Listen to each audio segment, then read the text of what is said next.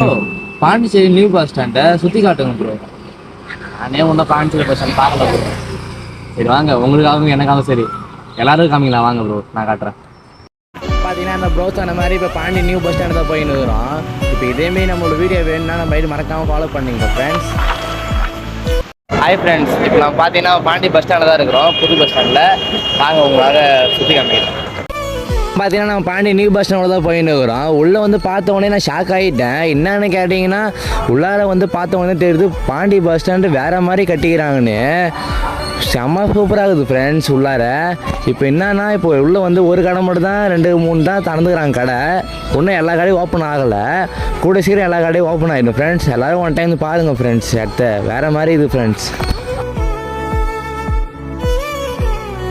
Friends இப்போ பார்த்தீங்கன்னா நம்ம வந்து பாண்டி பஸ்ஸை வந்து சுற்றி காமிச்சிருந்தாரு. அதேமாரி நம்ம வந்து புது பஸ்ஸில் வந்து சுற்றி காமிச்சாச்சு.